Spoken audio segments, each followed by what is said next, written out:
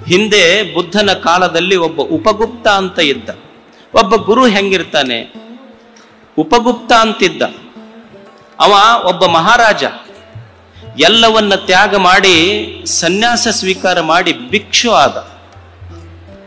ಭಿಕ್ಷು ಆಗಿ ಮನೆ ಮನೆಗಳಿಗೆ ಭಿಕ್ಷಾ ಬೇಡ್ಲಿಕ್ಕೆ ಹೋಗ್ತಿದ್ದ ಅವನು. ಒಂದು ಪಾತ್ರೆಯನ್ನು ಹಿಡ್ಕೊಂಡು ಸುಂದರ ಯುವಕ ತರುಣ ಸನ್ಯಾಸಿ ಉಪಗುಪ್ತ ಒಂದು ಭಿಕ್ಷಾ ಪಾತ್ರೆ ಹಿಡ್ಕೊಂಡು ಮನಿ ಅಡ್ಡಾಡ್ತಿದ್ದ. ಒಂದು ಓಣಿಯಲ್ಲಿ ಒಬ್ಬ ನರ್ತಕಿ, ಆ ನರ್ತಕಿಯ ಮುನೆಯ ಮುಂದೆ ಹೋಗಿ ಭಿಕ್ಷಾ ಬೇಡದ. ಆ ಸನ್ಯಾಸಿಯ ಸ್ಫುರದ್ರೂಪವನ್ನು ನೋಡಿ ಆ ನರ್ತಕಿ ಅಂತಾಳ, ನನ್ನ ಮನೆ ಮುಂದೆ ಎಂಥಿಂತ ಶ್ರೀಮಂತರು ಬಂದು ನಿಂದಿರ್ತಾರ, ನಾ ಯಾರಿಗೆ ಕರೆದಿಲ್ಲ, ನಿನ್ನ ರೂಪವನ್ನು ನೋಡಿ ನಾ ಮೆಚ್ಚೀನಿ, ನೀ ನನ್ನ ಮನ್ಯಾಗ ಬಾ ಒಳಗ.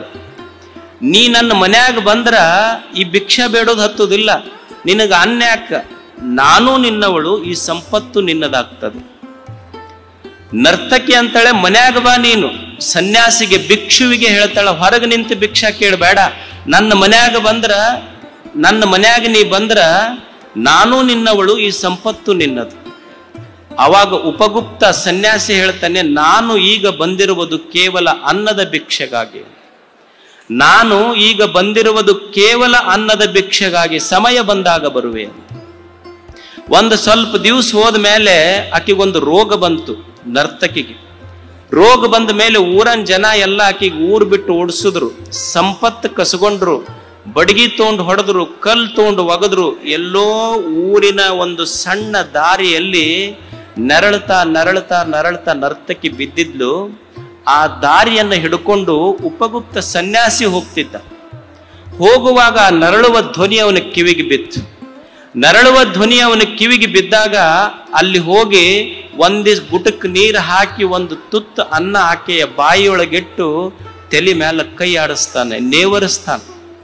ಅವಾಗ ಆಕಿ ಬಿದ್ದಿರಿ, ಯಾರೋ ಜನ ಹೊಡೆದಿದ್ರು, ಮೈ ತುಂಬ ರಕ್ತ ಹರಿತಿತ್ತು, ಬಟ್ಟೆ ಹರಿದಿದ್ದು, ನೆರಳ್ತಾ ಬಿದ್ದಂತ ನರ್ತಕಿ ಹಿಂಗ್ ದಿಟ್ಟಿಸಿ ನೋಡ್ತಾಳ. ಅವನು ನೋಡಿ ಕೇಳ್ತಾಳ, ಇಲ್ಲ, ಬಹಳ ವರ್ಷಗಳ ಹಿಂದೆ ನನ್ನ ಮನೆಯ ಮುಂದ ಭಿಕ್ಷಕ್ಕಾಗಿ ಬಂದಂಥ ಉಪಗುಪ್ತ ಸನ್ಯಾಸಿ ಅಲ್ಲೇನು ನೀನು? ಅವಾಗ ಆಕಿ ಹೇಳ್ತಾಳ, ಹೌದು, ನಾನು ಉಪಗುಪ್ತ ಸನ್ಯಾಸಿ, ನಿನ್ನ ಮನೆಯ ಮುಂದೆ ಭಿಕ್ಷೆಗೆ ಬಂದಿದ್ದೆ ಅಂತ. ಆ ನರ್ತಕಿ ಹೇಳ್ತಾಳೆ, ಅಲ್ಲ, ನನ್ನ ಹತ್ರ ಸೌಂದರ್ಯ ಇತ್ತು, ಸಂಪತ್ತಿತ್ತು, ಎಲ್ಲ ಇತ್ತು, ಅವಾಗ ನೀ ಬಾ ಅಂದ್ರೆ ಬರ್ಲಿಲ್ಲ. ಸಂಪತ್ತಿತ್ತು, ಸೌಂದರ್ಯ ಇತ್ತು, ಅವಾಗ ಎಲ್ಲಾನು ಇತ್ತು, ಇದ್ದಾಗ ಕರೆದೆ, ಬಾ ಅಂದ್ರೆ ಬರ್ಲಿಲ್ಲ, ಈಗ್ಯಾಕೆ ಬರಕ್ ಹೋಗಿ ಅಂತ ಉಪಗುಪ್ತನಿಗೆ ಅಂತಾಳ. ಅವಾಗ ಸನ್ಯಾಸಿ ಅಂತಾನ, ನಿನ್ನ ಹತ್ರ ಎಲ್ಲ ಇದ್ದಾಗ ಬಂದವ ಗುರು ಆಗುವುದಿಲ್ಲ, ನೀ ಬಿದ್ದಾಗ ಬಂದು ಎತ್ತವನು ನಿಜವಾದ ಗುರು ಆಗ್ತಾನೆ. ಇದು ಸನ್ಯಾಸ ಧರ್ಮ. ನಿನ್ನ ಹತ್ರ ಇದ್ದಾಗ ಬಂದವ ಗುರು ಆಗೋದಿಲ್ಲ, ನೀನು ಬಿದ್ದಾಗ ಬಂದು ನಿನ್ನ ಕೈ ಹಿಡಿದು ಎತ್ತವನು ನಿಜವಾದ ಗುರು ಆಗ್ತಾನೆ. ಒಬ್ಬ ಗುರು ಅಂದ್ರೆ ಅವ ವಸಂತ ಇದ್ದಂಗ, ವಸಂತವತ್ ಲೋಕ ಹಿತಶ್ಚರಂತ ತೀರ್ಣಾಹ ಸ್ವಯಂ ಭೀಮ ಭವಾರ್ಣವಾಂಜನಾನ್ ಅಹೇತುನ ಅನ್ಯೇನಾಪಿ ತಾರಯಂತಹ. ಒಬ್ಬ ಗುರು ಅಂದ್ರ, ಈಗ ನಿಮಗೊಬ್ಬ ಹೆಣ್ಮಗಳ ಹೆಂಡತಿ ಆಗ್ತಾಳೆ. ಯಾಕೆ ಆಗ್ತಾಳೆ ಅಂದ್ರೆ ಆಕಿಗೆ ನೀವು ತಾಳಿ ಕಟ್ಟಿರಿ, ತಾಳಿ ಕಟ್ಟಿದ್ದಕ್ಕ ಆಕಿ ಹೆಂಡತಿ, ನಿಮ್ಮ ಹೊಟ್ಟೆಯಲ್ಲಿ ಹುಟ್ಟಿದ್ದಕ್ಕ ಅವ್ರು ನಿಮ್ಮ ಮಕ್ಕಳು. ಅಂದ್ರೆ ಒಂದು ನಿಮಿತ್ತ ಐತಿ, ಒಂದು ಕಾರಣ ಐತಿ. ಅಂದ್ರೆ ಇವರೆಲ್ಲ ನಿಮಿತ್ತ ಬಂಧುಗಳು, ಒಂದು ಕಾರಣಕ್ಕಾಗಿ ಬಂಧುಗಳು. ಆದ್ರೆ ಒಬ್ಬ ಸನ್ಯಾಸಿ ಏನಿದಾನೆ ಗುರು, ಅವ ಯಾವ ಕಾರಣವೂ ಇಲ್ಲದೆ ನಿಮಗ ಅನಮಿತ್ತ ಬಂಧು, ಅವನು ನಿಮಿತ್ತವಿಲ್ಲದೆ ನಿಮಗ ಬಂಧನ ಬಂದು ಕೊಟ್ಟಿದ್ದಾನ, ನಿಮಗ ಸಂಬಂಧವನ್ನು ಇಟ್ಟುಕೊಂಡಿದ್ದಾನಲ್ಲ, ಅನಮಿತ್ತ ಬಂಧು ಒಬ್ಬ ಗುರು. ತಾನು ಬೆಳೆದಾನ, ತನ್ನ ಜೊತೆಗೆ ತನ್ನ ಸಮಾಜವನ್ನು ಮೇಲೆತ್ತುವಂತ ಕೆಲಸ ಮಾಡ. ಒಂದು ಸಮಾಜವನ್ನ ಮೇಲೆತ್ತಬೇಕಾದ್ರೆ ಎಷ್ಟು ಕಷ್ಟ ನೋಡಿ ಒಬ್ಬ ಗುರುವಿನ ಹೋರಾಟ.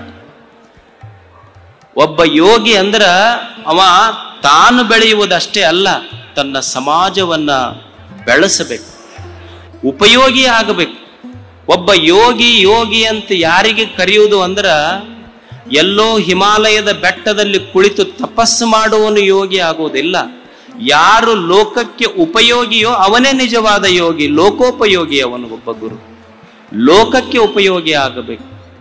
ಒಂದು ಸಮಾಜದ ಮನಸ್ಥಿತಿ ಏನಿದೆ, ಅವರನ್ನು ಕೇವಲ ಭೌತಿಕವಾಗಿ ಅಲ್ಲ, ಮಾನಸಿಕವಾಗಿ, ವೈಚಾರಿಕವಾಗಿ ವಿಚಾರದಿಂದ ಎಲ್ಲರನ್ನು ಮೇಲೆತ್ತುವುದು, ನಮ್ಮಲ್ಲಿ ಆ ಭಾವನೆಗಳನ್ನು ತುಂಬುವುದು. ಒಬ್ಬ ಗುರು ನನ್ನಲ್ಲಿ ಅದ್ಭುತವಾದ ಭಾವನೆಗಳನ್ನು ತುಂಬುವುದು.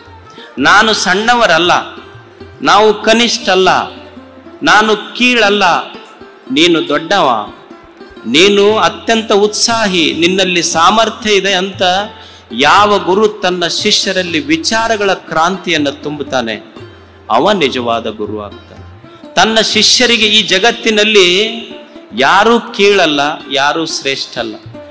ಈ ಜಗತ್ತೇನಿದೆ, ದೇವನ ಸೃಷ್ಟಿಯ ನಿರ್ಮಾಣ ಏನಿದೆ, ಇಲ್ಲಿ ಯಾರೂ ಸಣ್ಣವರಿಲ್ಲ, ಯಾರೂ ದೊಡ್ಡವರಿಲ್ಲ, ದೇವನ ಮಕ್ಕಳಷ್ಟೇ. It is a divine park. ಇಲ್ಲಿ ಯಾರೂ ಸಣ್ಣವರಿಲ್ಲ, ಯಾರೂ ದೊಡ್ಡವರಿಲ್ಲ, ಎಲ್ಲರೂ ದೇವನ ಮಕ್ಕಳಷ್ಟೇ.